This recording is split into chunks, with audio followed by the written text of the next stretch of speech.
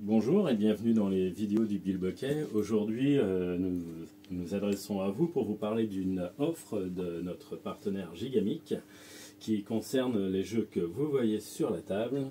Donc tout est bien décrit sur le carton. Le deuxième jeu est à moins 25% et le troisième à moins 50%.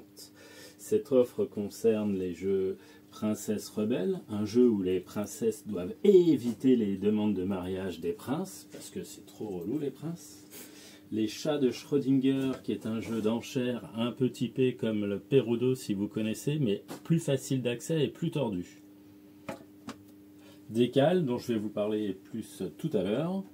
Papayou, un jeu de tarot inversé où le but du jeu est de ne pas marquer de points. Les 5 rois, c'est un rami, un super rami. Le 6 qui prend qu'on ne présente plus, où aussi le but n'est de ne pas marquer de points. Le 203, qui est un jeu de 2 à 4 joueurs, de la même veine que le 6 qui prend, mais plus tactique, et donc surtout intéressant de 2 à 4. Ilo, un jeu dans la famille des Scajo, où il vous faudra avoir le moins de points à la fin. La petite différence, c'est qu'ici, on va chercher à aligner des cartes de même couleur en diagonale, en colonne et en ligne, ce qui est assez intéressant. Et Wolfgang, un jeu où il vous faudra choisir les bons chiens de berger pour ramasser le plus de moutons possible, sachant que c'est pas si évident que ça. Au début, je vous ai parlé donc de Décal, enfin au début, en cours d'explication. J'ai mis une mise en place pour 3 personnes. Décal, c'est aussi un jeu où on essaye à avoir le moins de points possible.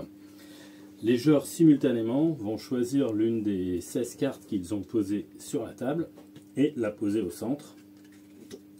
Donc là j'y vais au pif forcément. Ensuite le premier joueur, celui qui a la marque Décal, va choisir l'une des 3 cartes et la replacer dans son jeu, mais en comblant le trou, sauf qu'on n'a pas le droit de la replacer directement, il va falloir pousser. Par exemple ici je pourrais pousser ici, ici, ici ou là.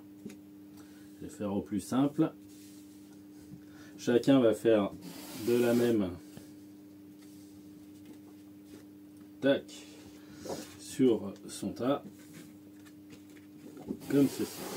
Ensuite chaque joueur va retourner une deuxième carte de son choix, toujours de la même façon, la placer au centre. Chacun va de nouveau choisir celle qu'il souhaite. Comme le premier joueur a changé, si par exemple c'est celui-ci, il va pouvoir glisser cette carte de cette manière. Et pourquoi? Parce qu'à la fin de la partie, toutes les cartes de même valeur qui sont côte à côte ne compteront pas.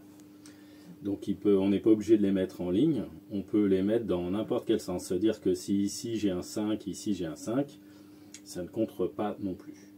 Donc il faut avoir le moins de points possible à la fin de la partie. C'est très simple, mais ce qui est tordu, c'est vraiment de ramasser les bonnes cartes pour les poser et pousser aux bons endroits. Évidemment, si je dois repousser, je décale la carte que j'avais déjà dévoilée. Et donc ça va un petit peu tout changer dans mes alignements. Donc il va falloir bien faire attention à tout ça. Voilà, je vous donne rendez-vous sur nos Facebook et autres réseaux sociaux. Je vous invite à aller voir le site bilboquet.com ou à venir nous voir au magasin à Vannes. Bonne journée.